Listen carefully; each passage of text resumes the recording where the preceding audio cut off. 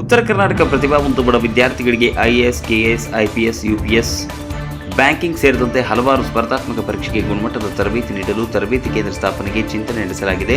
ಬಡ ವಿದ್ಯಾರ್ಥಿಗಳಿಗೆ ವಾರ್ಷಿಕ ₹1 ಶುಲ್ಕದಲ್ಲಿ ತರಬೇತಿ ನೀಡಲಾಗುತ್ತದೆ ಎಂದು ಕನ್ನೇರಿಮಠದ ಶ್ರೀ ಅದೃಶ್ಯ ಕಾಡಸಿದ್ದೇಶ್ವರ ಸ್ವಾಮೀಜಿ ಹೇಳಿದರು. ಹುಬ್ಬಳ್ಳಿಯಲ್ಲಿ ಸುದ್ದಿಗೋಷ್ಠಿಯಲ್ಲಿ ಮಾತನಾಡಿದ ಅವರು, ಸಾಕಷ್ಟು ಪ್ರತಿಭೆಗಳಿಗೆ ಪೂರಕ ತರಬೇತಿ ಪಡೆಯಲು ಆರ್ಥಿಕ ಸ್ಥಿತಿ ಅಡ್ಡ ಬರುತ್ತಿದೆ. ಈ ನಿಟ್ಟಿನಲ್ಲಿ ಸುಮಾರು 2,000 ವಿದ್ಯಾರ್ಥಿಗಳಿಗೆ ಸ್ಪರ್ಧಾತ್ಮಕ ಪರೀಕ್ಷೆಗೆ ತರಬೇತಿ ನೀಡುವ ವಿಶೇಷ ಮಾದರಿ ಕೋಚಿಂಗ್ ಸೆಂಟರ್ ಅನ್ನು ಆರಂಭಿಸುವ ಬಗ್ಗೆ ಯೋಜನೆ ಸಿದ್ಧಪಡಿಸಲಾಗಿದೆ ಎಂದು ಅವರು ಮಾಹಿತಿ ನೀಡಿದರು.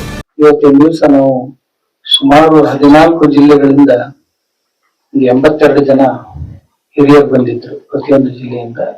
ಯಾವ ಕಾರಣಕ್ಕಾಗಿ ಅಂದ್ರ ಈ UPSC, KS, judiciary, commerce and industry,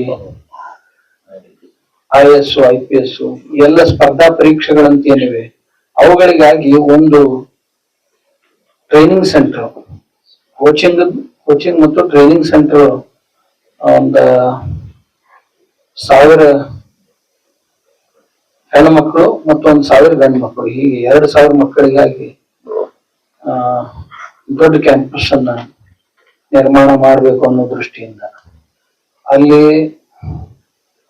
ತಮ್ಮ ಕಾಲ ಮೇಲೆ ತಾವು ನಿಲ್ಬೇಕು ಅಂತಕ್ಕಂಥವ್ರಿಗೆ ಉದ್ಯೋಗ ಮತ್ತು ವ್ಯಾಪಾರದ ತರಬೇತಿ ಅಂದ್ರೆ ಸ್ಟಾರ್ಟ್ಅಪ್ ಮುಂತಾದ ಉದ್ಯೋಗಗಳನ್ನ ಕಲಿಸಿಕೊಡೋದು, ಆಮೇಲೆ ವಾಣಿಜ್ಯಿಕ ವ್ಯವಹಾರಗಳನ್ನು ಮಾಡೋದಿತ್ತು ಅಂತಂದ್ರೆ ಅವರಿಗಾಗಿ ಅದೇ ರೀತಿಯ ತರಬೇತಿ ಕೇಂದ್ರ ಇರುತ್ತೆ. ಆಮೇಲೆ ಜುಡಿಷಿಯರಿ ಯಾರಾದ್ರೂ ಜಡ್ಜ್ ಆಗಿ ಹೋಗ್ಬೇಕು ಅಂತಂತಿದ್ರು ಅಂದ್ರೆ ಆ ಜುಡಿಷಿಯರಿ ಸಲುವಾಗಿನೂ ಸಹಿತ ಒಂದು ವಿಭಾಗ ಟ್ರೈನಿಂಗ್ ಸೆಂಟರ್ ಆಗಿ ಆ ಟ್ರೈನಿಂಗ್ ಆ ಜುಡಿಷಿಯರಿ ಎಕ್ಸಾಮ್ ಟ್ರೈನಿಂಗ್ ಕೊಡ್ತಾರೆ.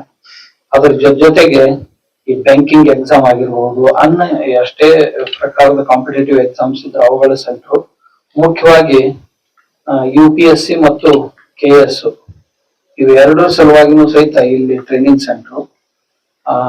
ಅದು ಇಲ್ಲಿವರೆಗೆ ನಮ್ಮಲ್ಲಿ ಇರದೇ ಇರ್ತಕ್ಕಂಥ ಒಂದು ದೊಡ್ಡ ಟ್ರೈನಿಂಗ್ ಸೆಂಟರ್, ಒಂದು 2,000 ಮಕ್ಕಳಿಗಾಗಿ ಅಂತ ನಾನು ಹೇಳಿದೆ.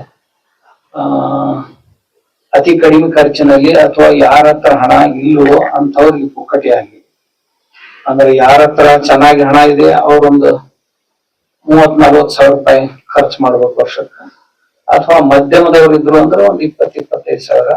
ಯಾರ ಹತ್ರ ಹಣ ಇಲ್ಲ ಅವ್ರು ₹1 ವರ್ಷಕ್ಕೆ ಹೋಗ್ತಾರೆ ಸಾಕು.